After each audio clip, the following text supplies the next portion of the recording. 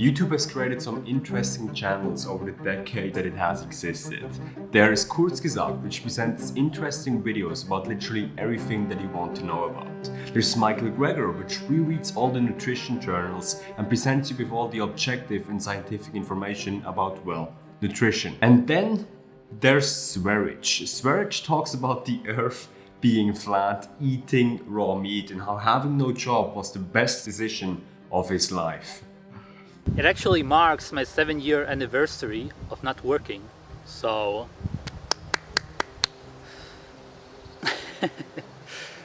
So every rational person might think that no one would be interested in such trivial topics, but the contrary.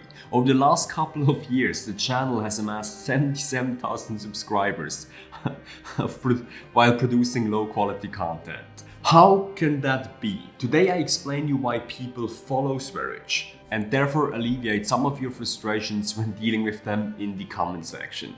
I'll also explain why in an alternative universe, QG might even be a Gatis follower. Here's why.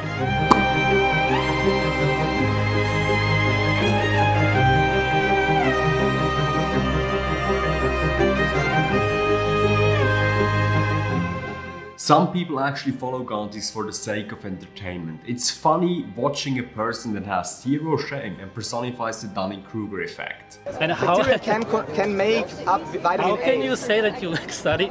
Just film that. But what about the guys that literally think that Sv3rige is the god? People that write under high quality YouTube content of QG, that said person shall not talk shit about their leader. This can actually be pretty easily explained. Let's take a look at a recent event.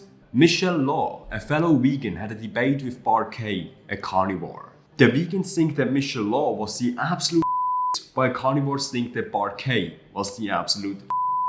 You also see this with the like to dislike ratio on both of the individual videos. So apparently two humans can be confronted with the exact same discussion, meaning with the exact same information, and have different interpretations of said results. So the way communication works is not only source, information and receiver, but source, information, filter and receiver. Every one of us filters the information so it suits our current brain circuits. Why do we do that? Because changing our opinion is painful. And the reason it is painful because on a neurological level, our brain needs to create new and different nerve connections and disregard the old, well-functioning ones. Sounds complicated? Well, it doesn't have to be. Let's imagine you have two possible destinations. Destination A has a highway route attached to it, while destination B can only be reached by a rough and rocky road that isn't really well developed. Let's also imagine that destination A is a destination that you have traveled to multiple times, while destination B is something new and scary.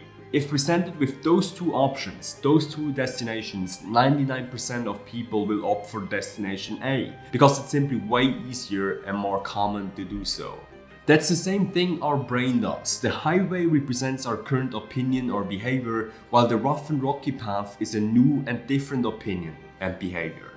Our brain by default opts for what is easy, and what is easy is usually and sadly not what is true. That's why people say that you cannot teach an old dog new tricks, because the older you get, the stronger, more solidified your brain highways become. That's why I think in an alternative universe I could be a Sv3rige follower, because I was brought up as a heavy meat eater. My highway default was to go for meat. It would have been easier to slightly branch this highway out and opt for raw meat. It would have been way easier to convince myself that vegans are part of the Illuminati, reptilians and the population control agenda. It would have been easier to believe some random anecdotes of ex-vegans and then tell myself that this is simply not for me. That convincing of myself would have strengthened my highway and destroyed the rough and rocky path in my brain.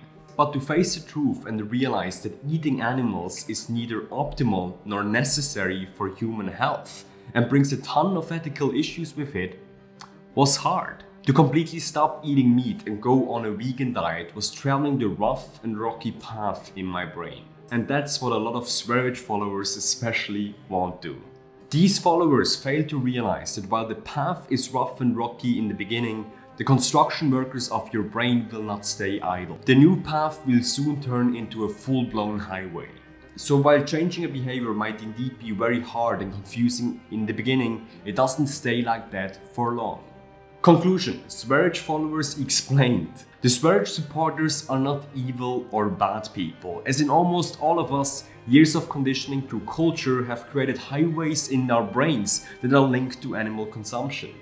Now, to outbranch that highway to raw meat consumption, all you need is a strong distrust in the medical community and a cult leader that looks some sort of healthy. So I think the actual reason why a lot of people follow Sv3rige is because they want to do what is easy. They want to follow the highway in their brain that already exists and simply outbranch that highway a little bit to raw meat consumption. But let me ask you one thing. Is easy truly the guiding force that you want to have in your life? Last time I checked, all things ever worth having are hard. There's a saying that the reason why rivers and people are crooked is because they follow the path of least resistance. The mission of this YouTube channel is to put veganism across the goal line. If you want to help us achieve that, like and subscribe to this channel and don't forget to hit the bell icon. Let's make food production great again.